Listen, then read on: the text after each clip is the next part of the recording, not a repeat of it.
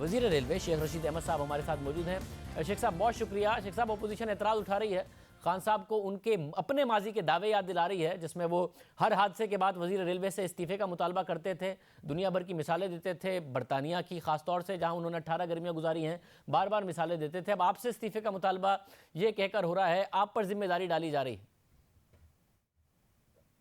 देविद भाई, मैं straight way आपसे गुजारिश करता हूं। मेन हादसा यही हुआ है पहला, जिसमें 16 अफराद जाम भाग हुए हैं। एक पिछले महीने हुआ जिसमें 2 ड्राइवर, एक इसका असिस्टेंट जाम भाग हुआ, एक मिल्लत और शालीमार में एक आदमी मारा गया।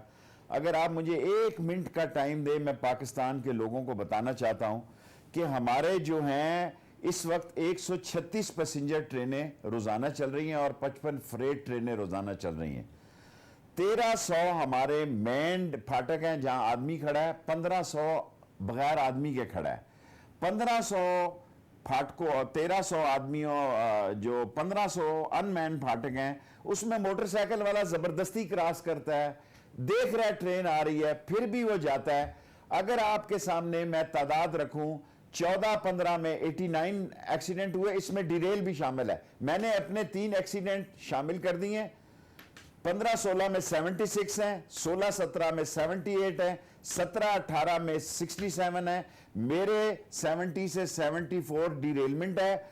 अनमैन बगैर फाटक, बगैर जहां फाटक वाला है उसके जो लोग क्रॉस करते हैं वो 70 बनते हैं टोटल। मेजर ये 3 एक्सीडेंट हैं। और कौम को ये समझना चाहिए कि ये चीन और इंडिया के बाद दुनिया का सबसे बड़ा रेलवे ट्रैक है और किसी ने इंफ्रास्ट्रक्चर पे 10 साल काम नहीं किया। ML1 हमने 10 महीने मेहनत की बात प्लानिंग कमीशन को कल जमा कर दिया। जब तक ML1 1800 किलोमीटर नया ट्रैक नहीं बनेगा, 1861 का बना हुआ खास तौर पर रोडी और नवाबशाह के दरमियान ट्रैक, मोस्टली एक्सीडेंट जो हैं ये सिंध के इलाके में, क्योंकि गवर्नमेंट ने कोई काम नहीं किया। और इस वक्त जो बुनियादी बात है कि 1300 ब्रिजेस में भी लोग देखते हैं ट्रेन आ रही है, फिर भी रेलवे ब्रिजेस से, छोटे ब्रिजेस से गुजरते हुए, इसमें हम सारे डिरेलमेंट, इसमें जो फाटक क्रॉस करते हुए वो हमारे 30 जून गुजर गया। हमारे हादसा ज्यादा नहीं है, लेकिन हादसा का मुकाबला नहीं है। मैं इस इंसानी गफलत का एतराफ करता हूं।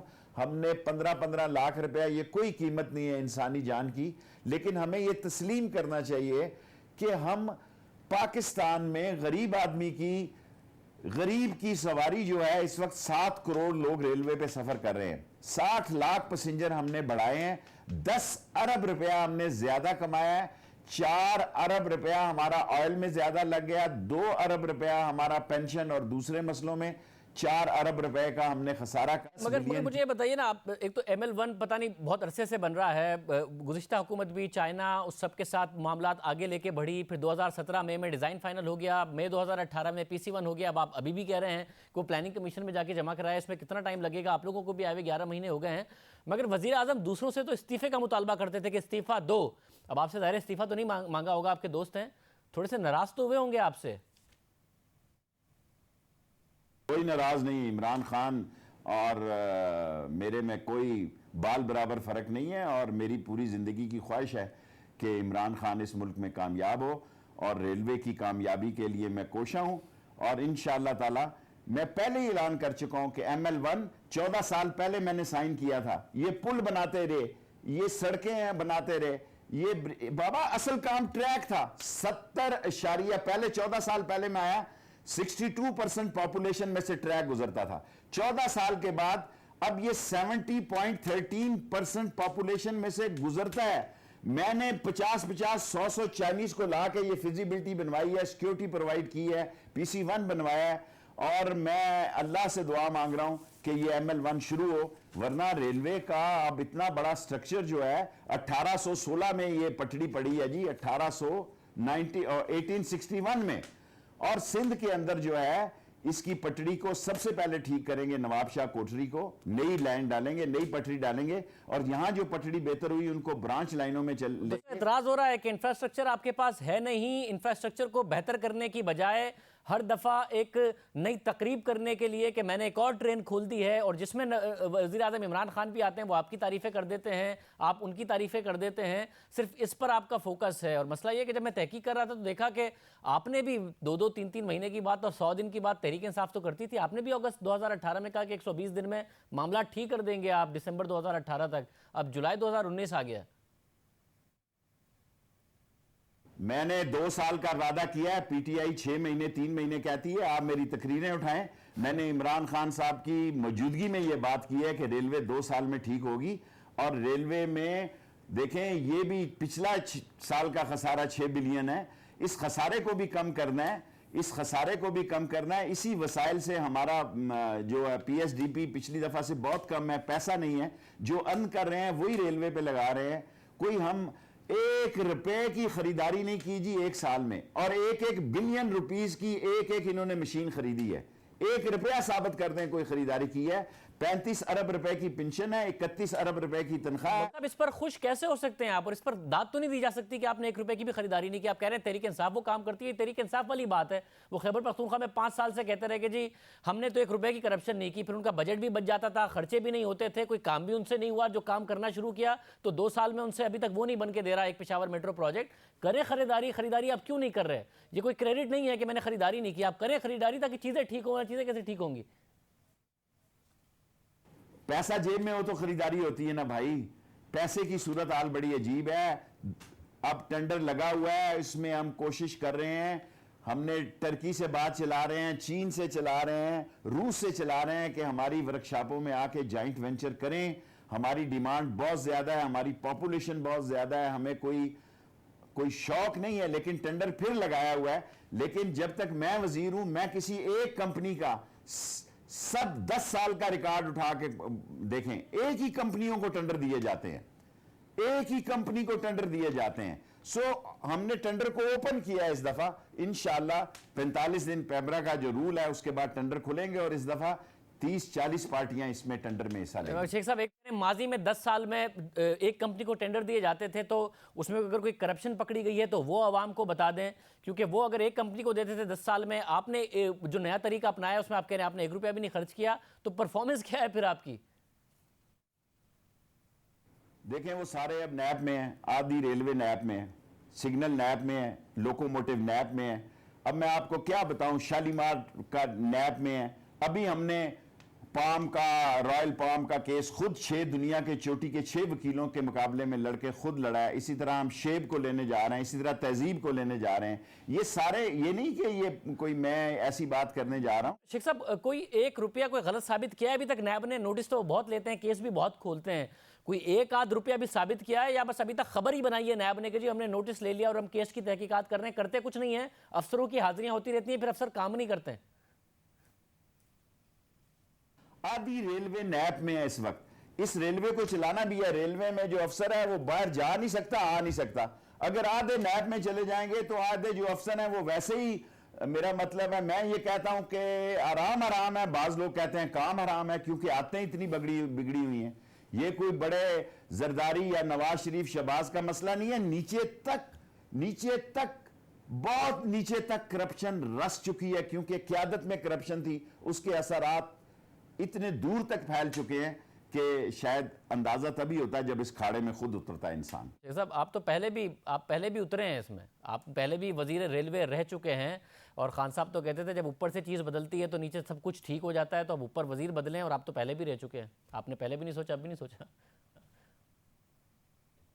14 साल पहले मैंने इस ML1 पे दस्तखत किए थे, वापस आया हूं तो अब मैंने साइन किए हैं। लोग कहते हैं कैसे साइन हो गए हैं, लाना पड़ा चाइनीज को, डरते हैं लोग पाकिस्तान आने में। उनको सिक्योरिटी दी, उनको रेस्ट हाउसेस दिए, उनको म्यू गार्डन में पूरा उनके ताम क्याम सब का बंदोबस्त किया। फिर फेज 1 जमा हुआ है, 3 फेजेस में कर रहे हैं, ताकि 5 साल के अंदर अंदर ML1 जो है इस कौम की तकदीर बदल जाए। बहुत शुक्रिया। शेख रशीद अहमद साहब हमारे साथ मौजूद थे, और उम्मीद करते हैं कि ऐसा ही हो कि तकदीर बदल जाए। अगर वो मेहनत कर रहे हैं तो उसका सिला भी नज़र आए। फिलहाल एक्सीडेंट्स हो रहे हैं। डॉन अखबार के नुमाइंदे खालिद हसनैन हमारे साथ मौजूद। खालिद, बहुत शुक्रिया, आपकी जो स्टोरी थी वो भी हमने आवाम के सामने रखी। शेख रशीद साहब से भी सवाल किए, असल में इस वक्त क्या इशू है जो रिजॉल्व नहीं होके दे रहा है, जिसकी वजह से हादसा भी ज़्यादा हो रहे हैं? और क्या आप समझते हैं कि आहिस्ता आहिस्ता ये इश्यूज रिजॉल्व होने पर जा रहे हैं जिस तरीके से हुकूमत कर रही है कार्रवाइयाँ? जब शेख साहब आए थे, हमें शेख साहब बड़ा अच्छा काम कर रहे हैं। उनका मेन जो फोकस रहा है अब तक, वो ज़्यादा से ज़्यादा नई ट्रेनें चलाने का है। अब आप खुद अंदाज़ा लगाएं, जो आप अगर एक सड़क जो है वो ऑलरेडी ख़राब हो और उस पर आप ट्रैफिक उसको बढ़ाते जाएं, तो आप पहले सड़क को ठीक करेंगे या वहाँ पे ट्रेनों की तादाद बढ़ाएंगे या ट्रैफिक की तादाद को बढ़ाएंगे। तो इसी तरह रेलवे में भी ऐसा ही हो रहा है। जो आपका ट्रैक है 1872 किलोमीटर का, जो कराची से पेशावर तक है, जिसको अब वो ML1 में रिप्लेस करेंगे, जो CPEC के अंडर जिसको उन्होंने प्रोजेक्ट को कंप्लीट कर रहे हैं। अभी तक वो पुराना ट्रैक है और वो जगह जगह से ख़राब है।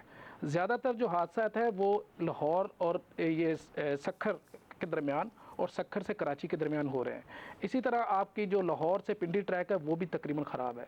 आपके जो सारी ब्रांच लाइंस हैं वो सारी ख़राब हैं। इसके बावजूद आप इनको तो ये चाहिए था कि जो इनके पास एग्जिस्टिंग ट्रेन्स थी, एग्जिस्टिंग स्टफ था, उसको पहले ठीक करते, उनकी ऑक्यूपेंसी को बेहतर करते, उनके मामलों को ठीक करते। इन्होंने कम से कम 25 से 30 ट्रेनें नहीं चला दी। उससे आपके मसाइल में इजाफा हुआ है। आपके पुराने ट्रैक पे रेल ट्रैफिक कंजेशन पैदा हो गया है और इसके साथ साथ आपके 25 से 30 हज़ार लोग पहले ही शार्ट हैं, वो आपके पास है नहीं है। हैज़र्डली सारा काम हो रहा है, ट्रेनें पे ट्रेनें चलती जा रही हैं। और उसका सबसे बड़ा नुकसान एक और हुआ है कि आपने जो नई ट्रेनें चलाई हैं, आपके पास जो पहले से फालतू जो एडिशनल इजाफी जो कोचेस पड़ी हुई थी, जो उस सूरत में इस्तेमाल होती हैं जब कोई एमरजेंसी हो जाए और ट्रेन को टाइम पे चलाया जा सके, वो इस्तेमाल की गई।